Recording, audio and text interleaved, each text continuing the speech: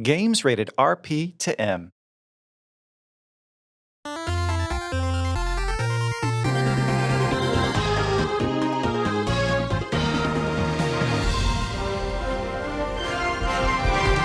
Welcome to Nintendo Power Podcast. This episode, we preview the 7th year of Nintendo Switch.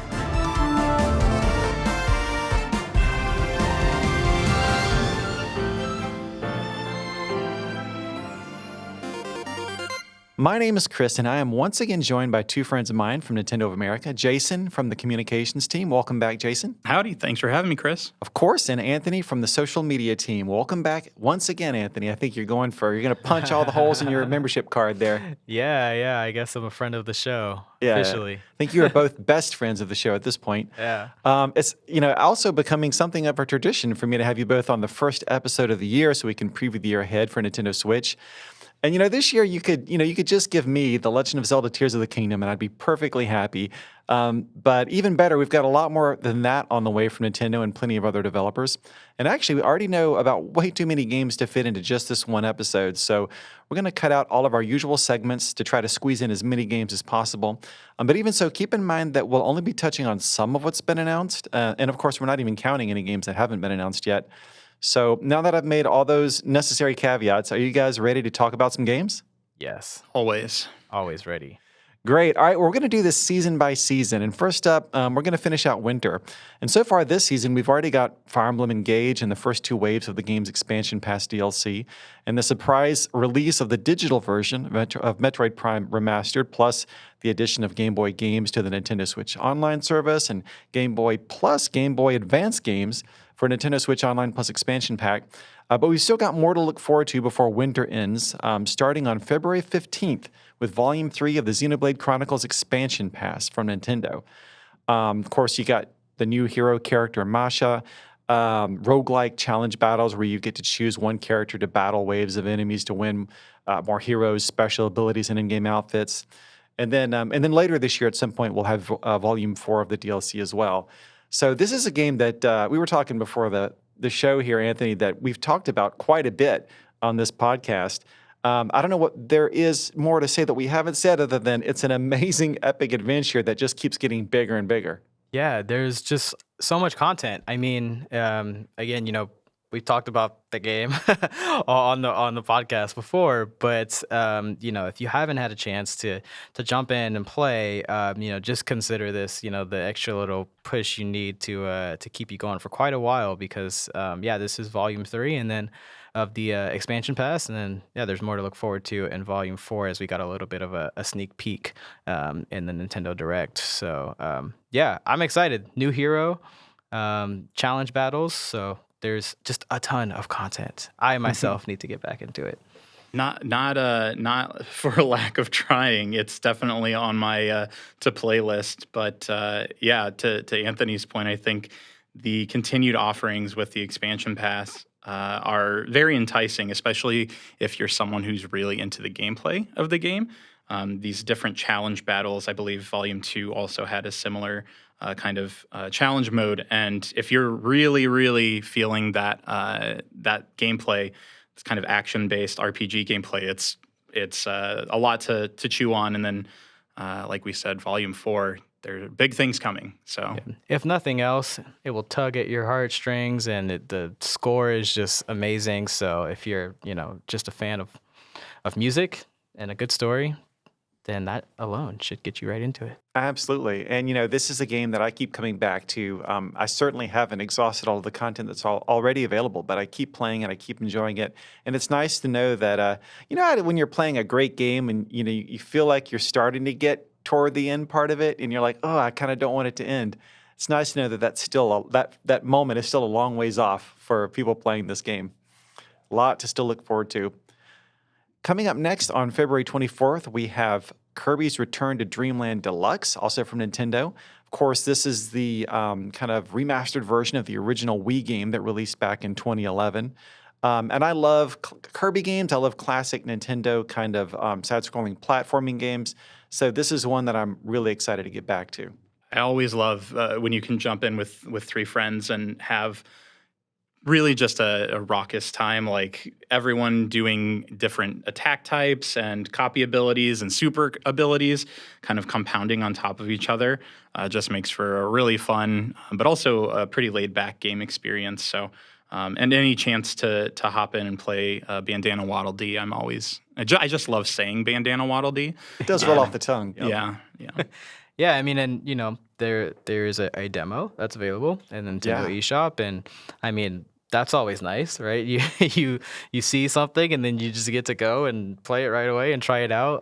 I personally did not actually play the original Wii game, so for me this is what I'm looking forward to, just to sort of see what I missed out on. But then there's all sorts of new content, so that's always nice as well. Yeah, I played a lot of the original game with my son, actually, and we really enjoyed it. It was a nice, kind of straightforward platform action game that I could enjoy with him, but still had a little bit of a challenge here and there. And something that I'm especially looking forward to, having played that version of the game, is that new what's it called? The Magalore Epilogue, I believe. Yeah. That was announced in the Nintendo Direct. You get 20 new stages that you can access after clearing the original story mode. You can play it with up to 4 players locally on the same system. And just that whole kind of fun flow of, like, you start off basically having lost all of your powers, and you get your abilities back slowly as you play through this mode, and kind of in the order that you want, I think. So it'll be cool to kind of get better and better until you're really dominating those new stages. So looking forward to that. And like you said, Anthony, the demo is available now on Nintendo eShop. Yeah. All right, then next up, also on the same day, I believe, February 24th, Octopath Traveler 2 from Square Enix. Of course, this is the sequel to the 2018 RPG that kind of introduced that HD 2D style of graphics that I love so much. It looks really new and kind of cool, but also feels very retro, almost like you're looking at a little diorama through like a macro lens. Can never get enough of that. And, you get 8 new travelers with their unique stories and skills, and I'm sure there's going to be a lot in this game to explore and figure out. Yeah, I mean, this is Octopath Traveler. The original Octopath Traveler, the first game, was one where you just, you can sit there and just marvel at the visuals for the entire game. And especially if you're a fan of, RPGs, there's a lot to offer there. And all the environments, they're so unique. And they just really stand out. The character models, the environments, the enemies, all just amazing work. And so, yeah, I am going to check this sequel out as soon as I get a chance, after I'm done with all these other amazing things we've been talking about. I think I just play them all at the same time. That's what I do. Yeah, just don't commit to 100-hour RPG. Commit to like 5 of them, but for like 10, 15 hours a piece. Exactly. Yeah, I adore this. I love this structure of the original game and this game.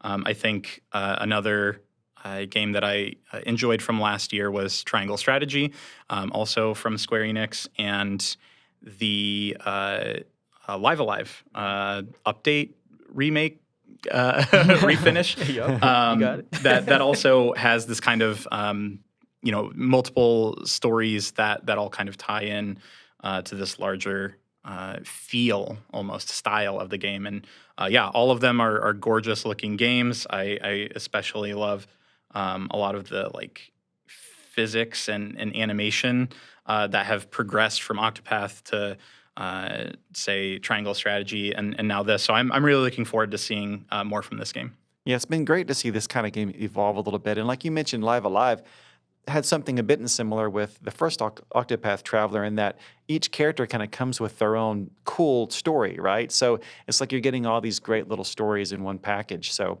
I'm excited to meet the 8 new characters of Octopath Traveler 2 and see what kind of different stories they have.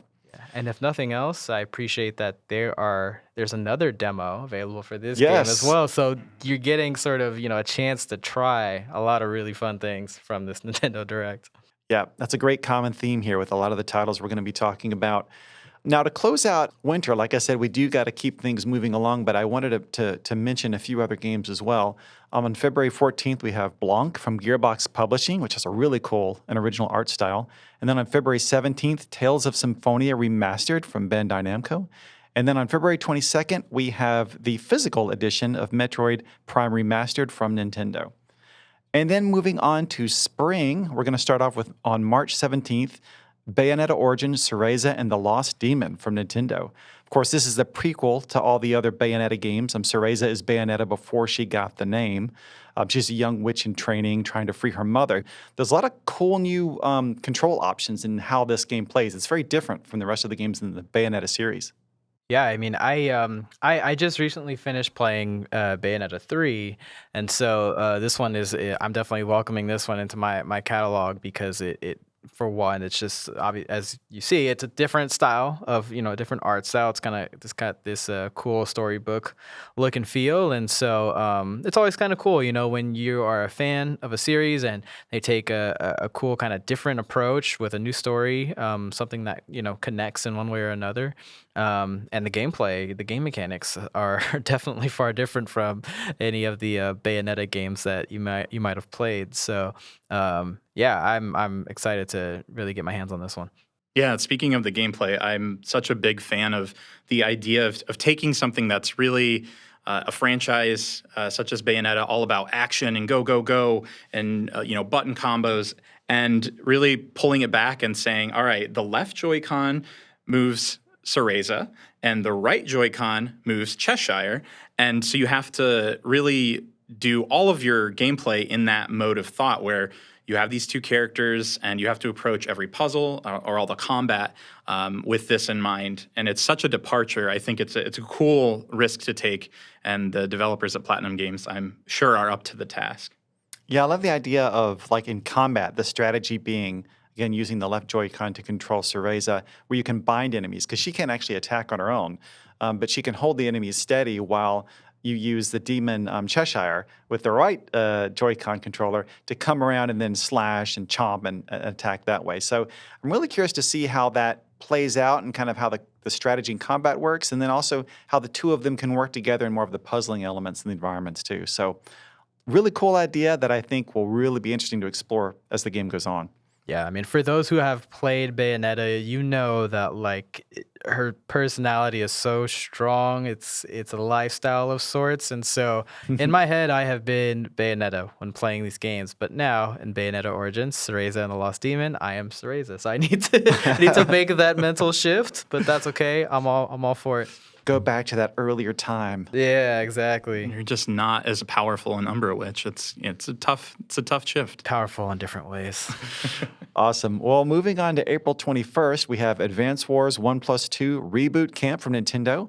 This one's been a long time coming, and I couldn't be more excited because I'm a huge fan of the original games. And of course, this is a remake containing two campaigns that cover the events of both Advance Wars and Advance Wars 2 Black Hole Rising, originally for Nintendo handhelds. And it's that tactical turn-based combat for people that maybe aren't familiar with the Advance Wars series.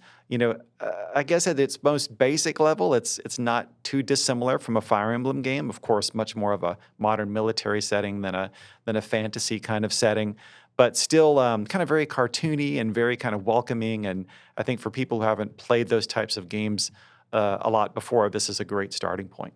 Yeah, the characters in this game are very charming. Actually, it's one of my favorite things from this entire series. I think the DS game, Advance Wars Dual Strike, really leaned into some of that characterization. And I think we see very good representations of that in both of these two games. It kind of sets up a really enjoyable play experience with characters that are just very fun and interesting sort of caricatures that are just a blast to play with. So I'm a big fan of this series as well. I really love the tactical gameplay and excited to see it rolling out. Yeah, I mean, I'm excited to try out the versus mode in the game. I mean, I'm always about any sort of competitive gameplay that I can get into, and so this is a kind of a cool, different spin than what I'm used to on something competitive. And and you can play up to 4 players locally, so that's cool. But you can play 2-player battles online, so that's something I'm particularly excited about. But yes, overall the charm, just the look and feel, the characters, I love it all. So I'm definitely gonna try it out. Yeah, not only can you challenge friends in a two-player online battle, but you can also design and share maps with those same friends online or locally, which can be really cool, make some really devious battle environments. And Jason, you talked about some of the cool characters, especially of the commanding officers. And those are that longtime series fans will know characters like Andy, Max, and Sammy. And, they each have their own special CO powers that can really, turn the tide of battle and boost the abilities of the troops and things like that. So it really kind of adds a certain dynamic element to the gameplay that keeps it, really, you might think of a turn-based kind of strategy game as being a little bit slow and thoughtful. And I guess it can be if you really want to be super careful with every move. But a lot of cool things keep spicing it up. And whether you're fighting other enemy units or like taking over, capturing towns and bases, things like that. There's just a lot kind of to do on every map, whether you're kind of speeding through it or really taking your time on the larger areas. Then moving on to May 12th, we have, I don't know if you guys have heard of this one, The Legend of Zelda Tears of the Kingdom from Nintendo. Yes. I don't even know where to start with this one, partly because I don't know that much about it, other than what we've seen, but also partly because I just love The Legend of Zelda Breath of the Wild so much. And really the whole Legend of Zelda series is one of my all-time favorites. But specifically, The Legend of Zelda Breath of the Wild is my favorite game in that series ever. And I didn't know that anything would ever pass some of the older games from me, so that's saying quite a lot. And just getting the sense and kind of seeing the little teases we've gotten, and then, of course, the biggest trailer so far in the most recent Nintendo Direct. There's a lot there, and I'm not always exactly sure what I'm looking at, but it all looks really exciting. That's a great way to put it. I totally agree. The Legend of Zelda Breath of the Wild is still an absolute favorite of mine, and it's a long time The Legend of Zelda franchise fan. It is really great to spend more time in that world, and it looks like this game will very much deliver it. Just a lot to kind of pick at from the trailer. There's some vehicles that are happening across the land and skies of Hyrule. In the sky. Yeah. Of course, there's some really interesting looking weapons that I think we'd seen previously, and we're seeing a little more of now. And then, of course, just the kind of focus on the characters, where we're seeing Link and Zelda pop up. It's every new shot of them that I see is very full of intrigue. So I was in from day one, but I'm so excited after watching that trailer. Yeah, I mean, The Legend of Zelda Breath of the Wild was such a great experience because, I mean, for me playing it, I was enamored by the story, cinematics, the gameplay, everything. I mean, it's almost like, I mean, you can't ask for more from a game, to do so well with so many different things. But I think I became a little bit more enamored with it as more people started to pick up the game and try new things and find different things, and it kind of gave you a different perspective on the game. So you went back and you played it again and you kind of did that. And till this day, right, we're still doing that. And so I can only imagine how that experience will unfold with The Legend of Zelda Tears of the Kingdom. Of course, we all are just automatically just going to pick it up and get right into it. But I feel like it will be a game that lasts us for a very, very long time in terms of just the things that we're trying and things we're getting into. And I'm just looking forward to being a part of that world again. I'm still playing The Legend of Zelda Breath of the Wild, so they'll have to pull me away from that, I guess. I know. I still have, I think it might just be one shrine at this point in The Legend of Zelda Breath of the Wild that I haven't tracked down yet. And I've kind of been saving it, thinking, savor it, yeah. In the ramp up to the new game, I'm finally going to go back and check that off the list, and that'll be fun. So maybe grab a few more Korok seeds too. There you go. Yeah, anytime I go back, that's where I'm. I throw on the Korok mask from the expansion pass and just go hunting and just spend time in Hyrule. So for your sake, I hope. I don't know. I was gonna say kind of cruelly maybe that I hope the final shrine is a minor test of strength. You just go in and knock it out and move on. But there are so many really wonderfully designed shrines, and I think the ones that are particularly devious to find are very rewarding in their just the content of them. So yeah, I'm super excited for folks who maybe haven't played Breath of the Wild, The Legend of Zelda Breath of the Wild, or haven't played for a while. The game is on sale right now until the 18th. So This is your this is it. sign. Yeah. I think Chris, you should save that final shrine until May 11th, and then boom, right back into it. May 12th. That may not be a bad idea. And, just the thing that I love so much about The Legend of Zelda Breath of the Wild is obviously there's a lot of great, there's a great, straightforward, progression if you really just wanted to kind of, get to the end as quickly as possible. But it is such a fun world to just play in. The fact that, you can pretty much, if you've got enough stamina and the right equipment, you can pretty much climb anything, go anywhere, set your own challenges, fool around. And like you said, Anthony, we've still to this day continue to see people discover things or maybe use items in ways that we didn't know was possible before. So I just can't wait to see what's possible in the new game. And there's not much more that we can say about it right now that we even know about it. But a couple of cool things that we did see here recently was the announcement of the collector's edition, which is going to contain, of course, the physical version of the game, an art book with some concept art in it, a steel bookcase, a steel poster, and some pin badges, which sounds great. I got the collector's edition of the Legend of Zelda Breath of the Wild, so I'm definitely going to be doing that again here. And then a new amiibo of Link from the game that will be available separately, which I think grants materials, weapons, and some special fabric for Link's paraglider, if I remember correctly. So I'm excited for that as well as a huge amiibo fan. So so much to look forward to, and I guess there'll be a lot more to talk about in the coming months for sure.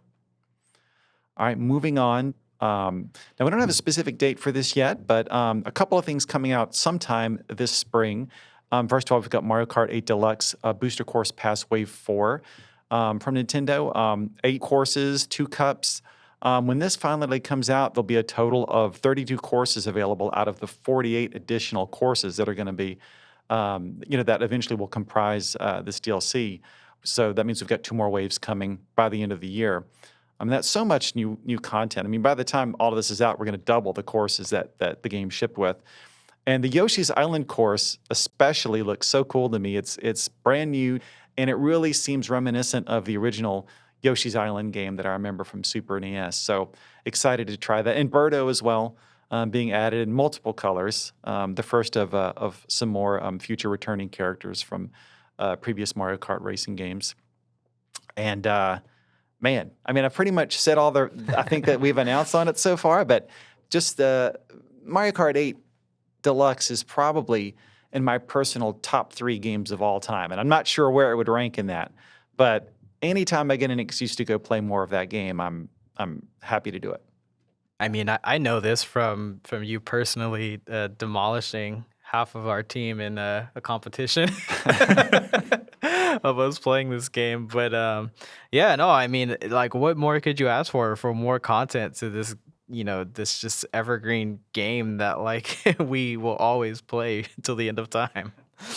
Yeah, I'm definitely excited. This is like auto pickup for me, easy. I'm super excited to see Birdo pop up, and I look forward to just more and more cool treatments to courses. I think the Yoshi's Island course looks phenomenal. So yeah, and of course, like with the previous waves of the Booster Course Pass, if you have a Nintendo Switch Online Plus expansion pack membership, you already have access to it, and we'll have access to all of the content as it becomes available. But then, of course, you can also buy the Booster Course Pass separately as well. So however you get to it, if you're a fan, I think you'll just want to make sure you're able to check out those courses. And then also in the springtime, we've got Wave 1 of the Splatoon 3 Expansion Pass paid DLC from Nintendo. We've got 2 waves of content, and this will be the first wave here in spring, which is Inkopolis. So you get to return to that classic city area from the first Splatoon. What do you think, Anthony? You're going to be jonesing to go back there? I know you've probably enjoyed the new city area, but yeah.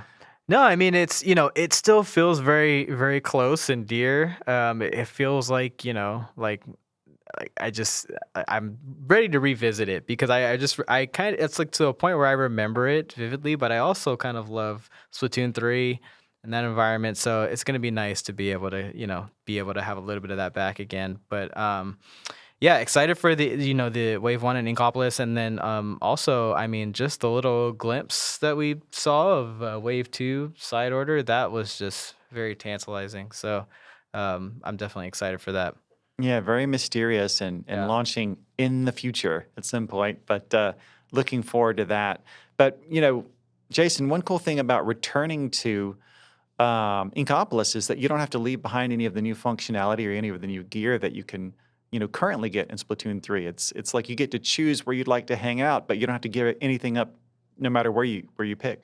Yeah, absolutely. I think for me, this is actually new content because I did not really play much of Splatoon or Splatoon 2 at all. So I'm coming into this basically getting another great space to inhabit the game and play, have like kind of the social interactions that I think are really novel and cool from this franchise. So for me, as a relatively new Splatoon player with Splatoon 3, I'm very pumped. I think it's really great to see. I'm one of those like archivists where if I have a game in a series and we get to the third game in the series or the second game in the series, I want all of the content to move forward, and that is very pie in the sky and not very much how games work in general. So any sort of kind of representation that we can get from older games, especially things that folks really enjoyed from the first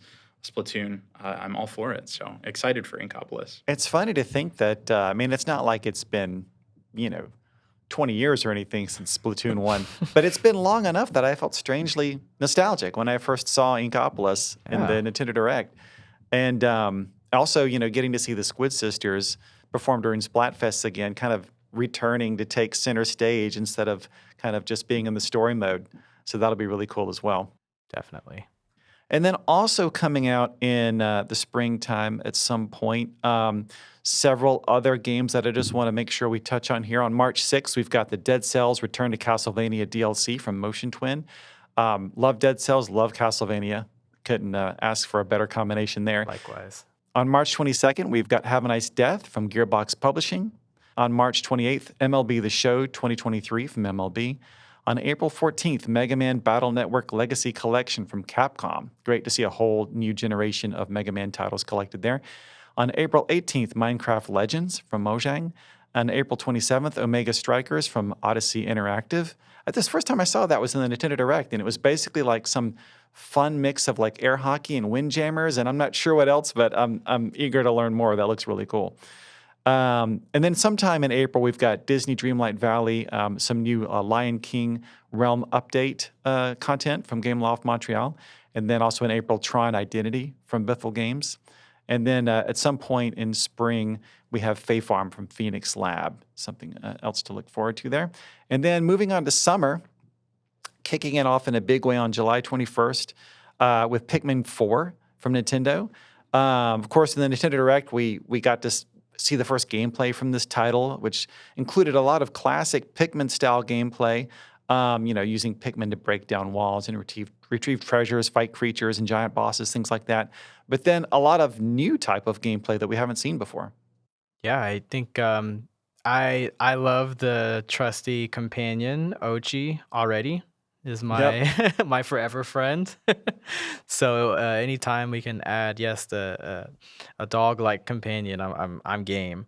I recently really played Pikmin 3 with the deluxe version that came out on Nintendo Switch, and so I'm kind of like recently into it, and so I'm really excited to see what this has to offer. The new Pikmin, I'm sure there's gonna be a lot of really fun uses for that, and I think it's just a really beautiful game to look at, and it's like I wouldn't say it's like a totally like the most relaxing thing all the time, but you do have those moments in there, and it's a nice balance. It's just it's a good game. So I'm really excited to try this out.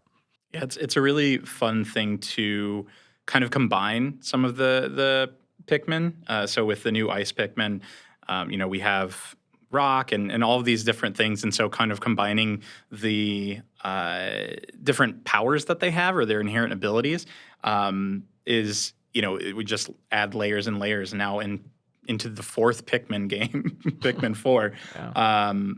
I'm also very excited for Ochi and what extra layer that adds to the gameplay. Yeah, it's been really cool to see not just the series evolve, but Anthony, you mentioned Pikmin 3. Of course, when that game first came out on Wii U, it was a game that I really enjoyed. But even just in that Wii U version, they eventually added some new control options, so the game kind of kept getting deeper and deeper. And then by the time it came to Nintendo Switch, it kept getting kind of refined and polished even more, to the point now that as we're moving into Pikmin 4, I wasn't even sure, like, how do you what else can you do? Like it felt like they'd really kind of refined that idea. And then I saw so much stuff in the trailer, like you talked about Ochi being able to ride on his back and giving you rides across the water, things like that. And then just that one little addition of the new Ice Pikmin, how they can freeze enemies and then freeze an entire lake, for you to walk across. You think about how that's going to factor into a lot of the puzzle-like qualities of exploring these new areas. And it seems like there's going to be a lot new there to do, in addition to kind of, I imagine, a lot of the refinements that they've kind of been evolving along with the series.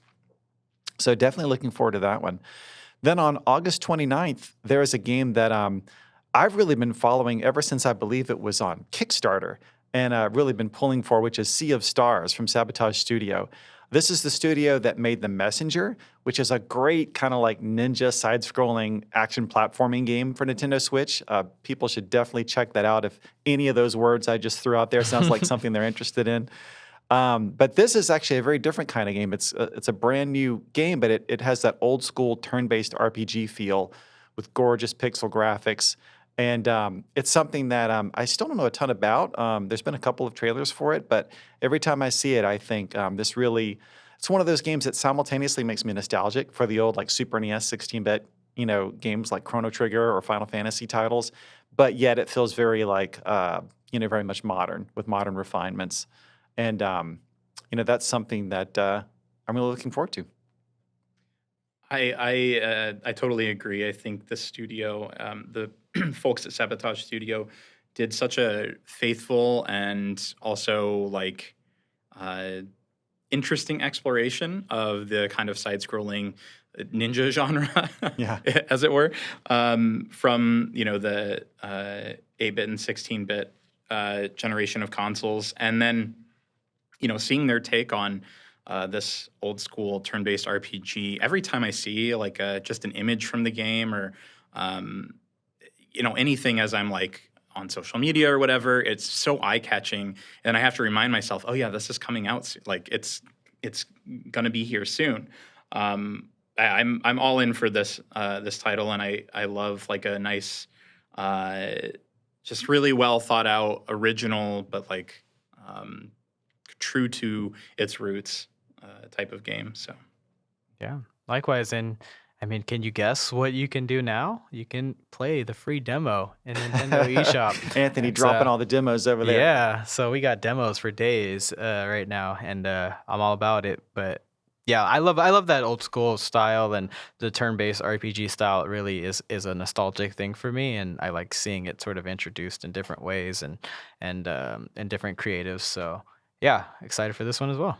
It's cool. We get a lot of those games that are kind of brought back. Like Live Alive, we mentioned earlier, was a great example. That's a game that actually did come out for the Super Famicom back in the 90s, I think, that we really got to see reimagined here. And then some other games, including several that we've either gotten to or will get to here on this podcast. But a lot of games that literally were like from the heyday of like 16 or even 32-bit JRPGs that are now being brought forward. But then with something like Sea of Stars, what's kind of interesting is you're getting a game that is through the lens of developers who grew up playing those other games. And so they kind of know what made it so special to them, and we're getting a brand new experience kind of through that lens. And I love seeing that. And, that's something that I think Sabotage Studio brought to The Messenger.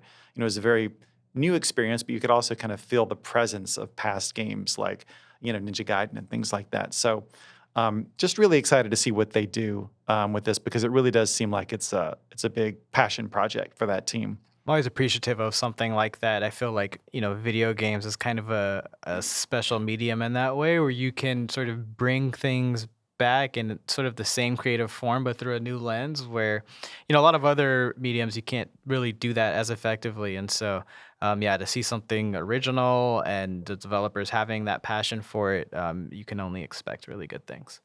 Definitely.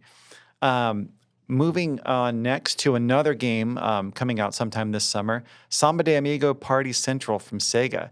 Now, have either one of you had much experience with any of the previous Samba de Amigo games? Very sort of vaguely in my head on Sega Dreamcast. I was as a child, so yeah, a little bit. It was a kind of a flat, a little blast from the past, kind of seeing that. Yeah, Samba de Amigo on Dreamcast was where I really fell in love with that original game and holding the actual physical maracas that would shake while you kind of did the rhythm-based gameplay. Yeah, it was proto Guitar Hero, right? Like Yeah, it really was. Honestly, I have not rhythm games, and I mean I'm just like I'm tone deaf. I have like two left feet, terrible rhythm. Like yeah, so it has never been my thing, but I've always really loved the style of these games. It's very fun, very playful, and I think it goes really nicely with just the gameplay itself. So excited to see a variety of genres popping up here. Over around 40 songs, I think too. Like it's should be a really cool update to this franchise. Yeah, I was jamming out in Nintendo Direct. It was like one of the first games that was announced in there, so I was already bobbing my head like 10 minutes in. Yeah, and the Joy-Con controllers seem perfect for this kind of thing too. Absolutely. You don't need the full maracas when you've got your Joy-Con in each hand. And what looked cool about this one, of course, is being able to compete against lots of other players in World Party mode online, and it just looks like it's going to be a blast. And I really love it when I see franchises like this that have a really loyal fan base over the years. Even sometimes these are a little bit more of your deep cut games, but they were so great and they made such an impact with a lot of people. And it's great to see them come back for those fans. And I'm definitely one of them when it comes to Samba de Amigo. All right. Also, looking at the summertime period, we want to run through a few more games here. On June 1st, we have Etrian Odyssey Origins Collection from Sega. On June 2nd, We Love Katamari Reroll plus Royal Reverie from Bandai Namco. And actually, this one is going to have a free game trial starting February 20th for Nintendo Switch Online members. And then moving on to July 28th, a really interesting and cool-looking platformer called Disney Illusion Island from Disney. Of course, you play as Mickey Mouse and his friends, and it's a 4-player platformer. You've got your ground pounds, your wall jumps, and kind of a cool tag team leapfrog jump maneuver that I think I saw in the trailer. Then on June 30th, you've got Master Detective Archives Raincode from Spike Chunsoft. And then at some point in June, you've got Harmony, The Fall of Reverie from Don't Nod. And then coming sometime during the summer, Baten Kaido's 1 and 2 HD Remaster from Bandai Namco and Ghost Trick Phantom Detective from Capcom, which was a big kind of deep cut for me that I loved. I think it was on Nintendo DS. Yeah, really cool. Like if you love mystery, if you love kind of point-and-click adventure, it is a very bizarre and truly wonderful experience. So I hope more people get to get visibility for that game and get to play it because it is definitely a diamond in the rough for sure. Definitely. It was really great to see it come back. Now, that's just about everything we're going to touch on today, since at this point, we really don't know that much about what will release this fall and beyond. But there are a handful of games I'm keeping an eye on that should come out at some point this year. So at some point in 2023, we're supposed to get Deca Police from Level 5. By the way, great to see so many cool-looking Level 5 games in this Nintendo Direct. Yeah, for sure. And then Disney Speedstorm from Gameloft, which I've really been looking forward to, again, as a big kart racing fan. Fashion Dreamer from Xseed Games. And then I was really excited to see this. I haven't seen any timing announced for it. I don't know if it's this year or when. I don't know. But Professor Layton and the New World of Steam, again from Level 5. So great to see a brand new Professor Layton adventure coming at some point to Nintendo Switch. probably my most welcome surprise of the Direct. I am a big Professor Layton stan. I have a Professor Layton figure up on my desk and all the games, and it's just a really cool franchise. Honestly, if you're a Professor Layton fan, I definitely encourage you to check out Ghost Trip Phantom Detective. It's got a little bit of kind of the same gameplay, but yeah, the new world of Steam. What is the new world of Steam? What is it? I'm excited. Yeah. I'm sure it will be a puzzling world. That's the only thing we know That's for the sure. only thing you can guarantee. Yes. Well, like I said before, there are plenty more games coming this year, but that's all we really have time for this time. For anyone who's interested about any of the games we touched on and might want to know more about them, you can always find out a lot more at Nintendo.com. There's also a lot of cool trailers for these games on the Nintendo YouTube channel. And several of these games are available for pre-order already, too. And like Anthony kept reminding us, there's some great demos out there. But before we go, do either of you have any final thoughts on the year ahead? Maybe the game or games you're most looking forward to? Yeah, I mean, the obvious one, as we talked about for us, was the Legend of Zelda: Tears of the Kingdom. Yeah, let's just go ahead and Of course assume we that that's right can- at the top for all of us. Yeah, we can assume that that's right at the top. We talked a little bit about Advance Wars, and that's one where, I've always just kind of been intrigued after seeing what we've seen about the game so far, and, hearing from people who are fans of the series. They have such high praise and really love it. So I'm particularly excited for that. Overall, though, there is no shortage of things for us to play up through the summer. So just that's one in particular. But again, all of these games I will, at the very least, play the demos and and at least get to them at some point this year. Yeah, I think for me, I'm really looking forward to Blanc, the game from Gearbox Publishing coming out on February 14th. Really stark, kind of black and white adventure. I believe one player controls a fox and one controls a deer. And it just looks like a really beautiful game. Really original kind of look. Yes, I haven't seen absolutely. anything quite like it. Yeah. Then there was one more that I wanted to bring up. It is, I guess two more. So Etrian Odyssey Origins Collection. I fell head over heels for Etrian Odyssey 3 when it came out on the DS, I believe, and on the Nintendo DS, I believe. And I was so terrible at it. I couldn't really beat even the first dungeon, but in the game, you do your own map, like drawing and tracking, and the Nintendo DS was a perfect system for that because you've got the lower touchscreen. But I spent a lot of time trying to plot my way in the overworld and then within the dungeons themselves. I was bad at the battle part, but I was very much enjoying my time with the kind of more creative part, I guess. And then this is kind of a weird thing to say, but I'm a big fan of the Illusion games. So World of Illusion, I believe, came out on the Sega Genesis. Castle of Illusion has had a remake that came out about 10 years ago.